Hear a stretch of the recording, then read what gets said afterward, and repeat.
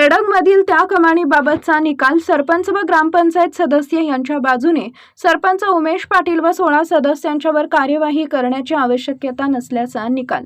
मिरज तालुक्यातील बेडगमधील त्या कमानीबाबतचा निकाल सरपंच ग्रामपंचायत सदस्य यांच्या बाजूने लागलाय।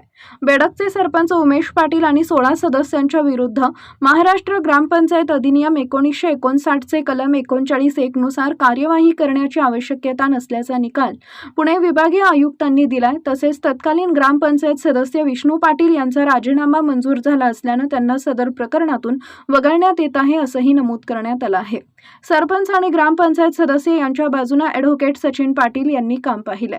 मिरज तालुक्यातील बेडग या ठिकाणी डॉक्टर बाबासाहेब आंबेडकर यांच्या नावाने कमान उभा करण्यासाठी सुरुवातीला निर्णय घेण्यात आला होता। मात्र आवश्यक कागदपत्र आणि सर्व परवानग्या नसल्यामुळे कमान बांधता येणार नाही असा निर्णय घेण्यात आला।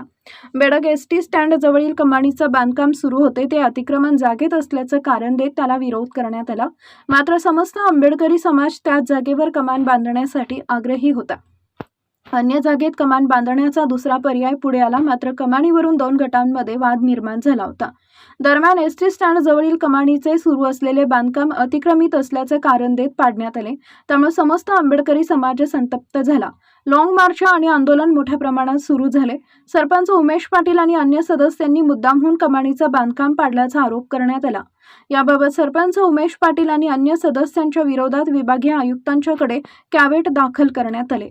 दरम्यान आंबेडकरी समाजाच्या तीव्र भावना लक्षात घेऊन शासनाने गावठाणाच्या बाहेर अन्य जागेमध्ये मुख्य रस्त्यावर डॉक्टर बाबासाहेब आंबेडकर यांच्या नावाची मोठी कमान उभा केली। या कमानीचे लोकार्पण केंद्रीय मंत्री रामदास आठवले यांच्या हस्ते करण्यात आले।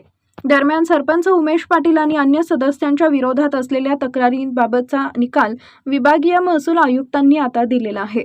हा निकाल सरपंच उमेश पाटील आणि ग्रामपंचायत सदस्यांच्या बाजूने लागलाय।